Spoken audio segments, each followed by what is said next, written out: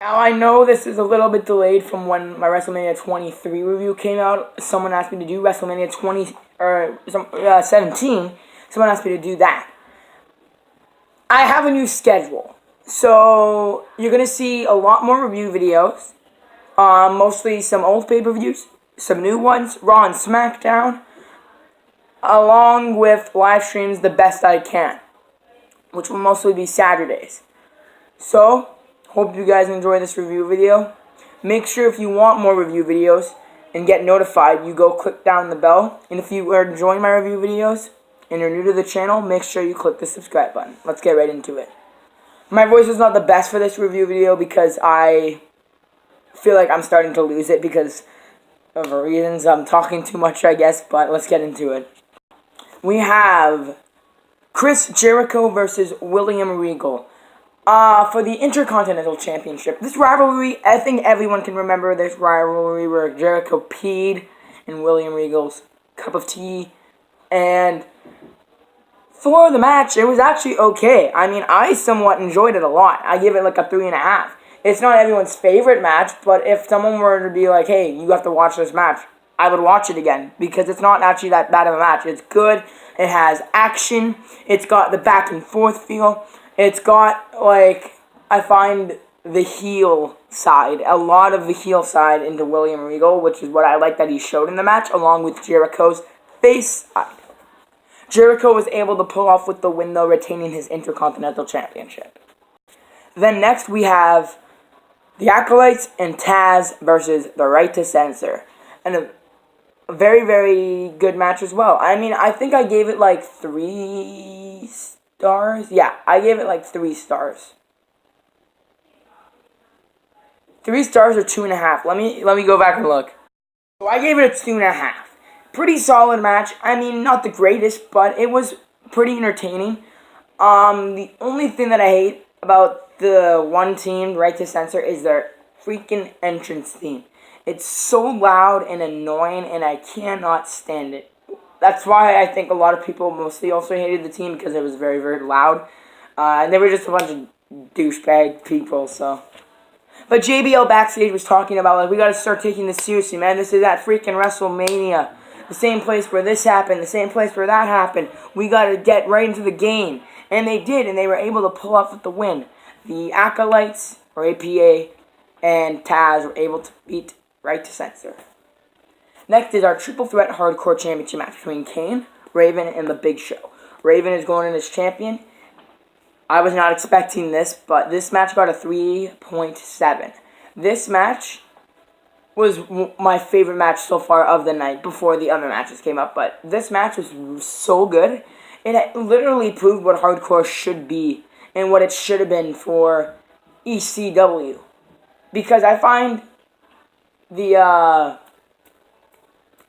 ECW kind of dropped when they lost the hardcore title, and the ECW championship with the silver stuff on the belt it wasn't that hardcore.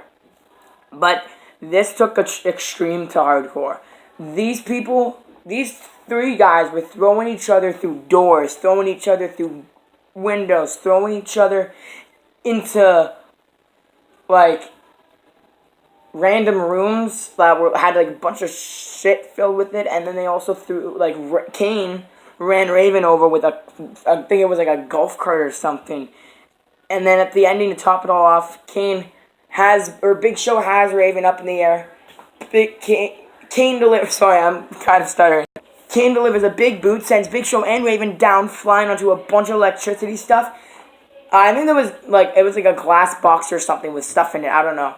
And then Kane, I don't know where, he jumps on Raven to get to them. Or no, he jumped on Big Show, actually. And then he pins Big Show, 1, 2, 3. Kane is the new hardcore champion.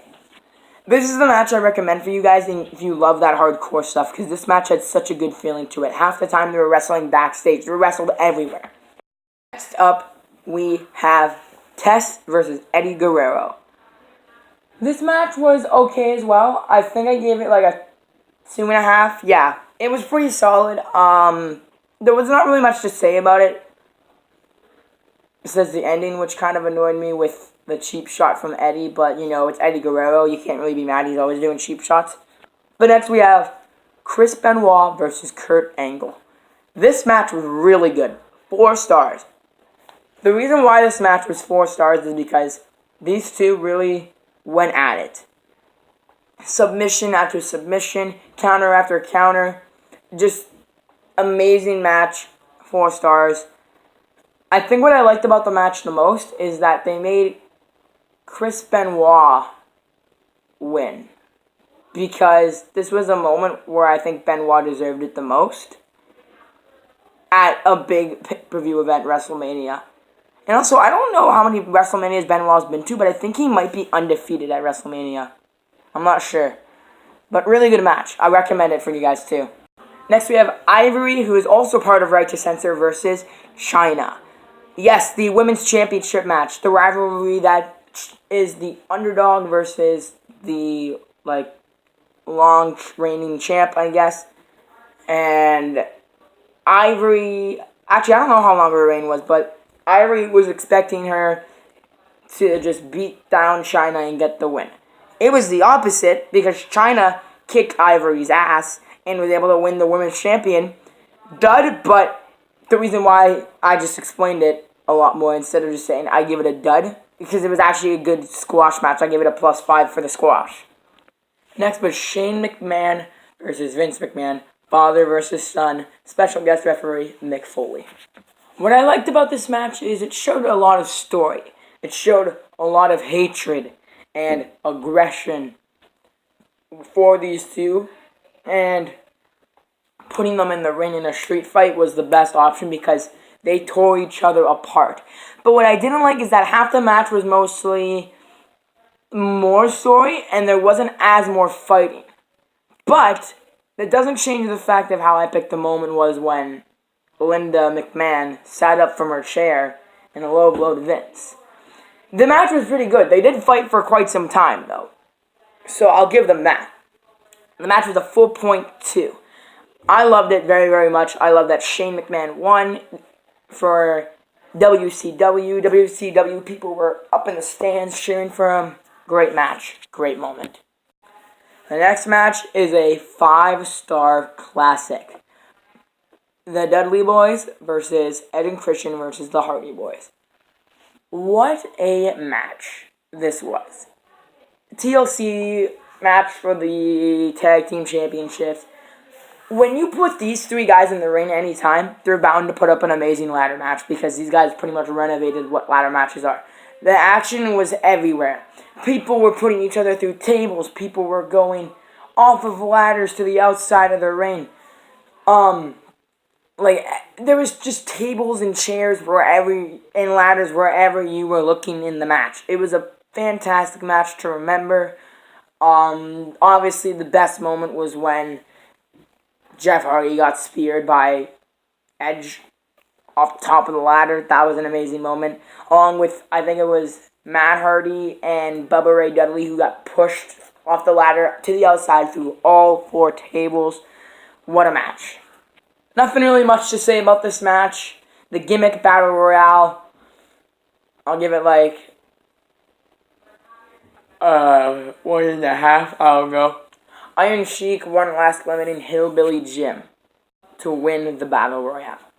Now the next match is also really good. Undertaker versus Triple H, 4.2. The match itself was great. The fact that they had the ref down for half of it was even better because these guys could use chairs or hammers or just something to add a little bit more intention to it. These guys wrestled to the outside. Undertaker chokeslammed Triple H from a very, very far height. And these guys tore each other apart. Back and forth. You didn't know who was going to win, even though Undertaker, this is where he went 9-0. You don't know who's going to win because no one was really found of the streak yet until maybe 15-0 or something like that. But Triple H got defeated. The Undertaker was able to successfully win. And our final match, possibly one of the greatest WrestleMania matches, it's probably in my top 5. Stone Cold versus The Rock for the WWF Championship. The moment where Stone Cold Steve Austin turned heel against The Rock. And on everyone in Houston, Texas. his hometown. This match is that these guys really did not stop fighting. It was 28 minutes, and these guys literally, like, just were in the ring. They did not stop once. Back and forth. I love back and forth matches, too. And what made the match so special at the end is that you never expected Stone Cold to sell out to Mr. McMahon, which was the craziest part of that match, in my opinion. Especially when Stone Cold was able to beat The Rock for the championship. But this match was a 5-star classic. I really, really loved it. I recommend this match for you guys, because I think this match shows more than just what wrestling is. It shows more of what these men can do in the ring and what these men are supposed to do. Is entertain us and show us a good fight. And that's exactly what this pay-per-view and this match did. With all this put together, I give this pay-per-view a 10 out of 10. A really, really classic WrestleMania. Probably one of the best WrestleManias out there. I really loved it. Anyways, that is going to wrap up this pay-per-view review. Hope you guys enjoyed. I will see you guys later. Peace. I'm going to edit right now. I think I forgot to mention Kurt Angle beat Chris Benoit. So yeah, Kurt Angle beat Chris Benoit. Never mind. Okay, listen though. This is why I forgot. I've been binge recording this, or watching this pay-per-view for like 4 days and taking breaks. So I forget a lot of stuff. But I just tried to remember the best. Okay, peace out, guys.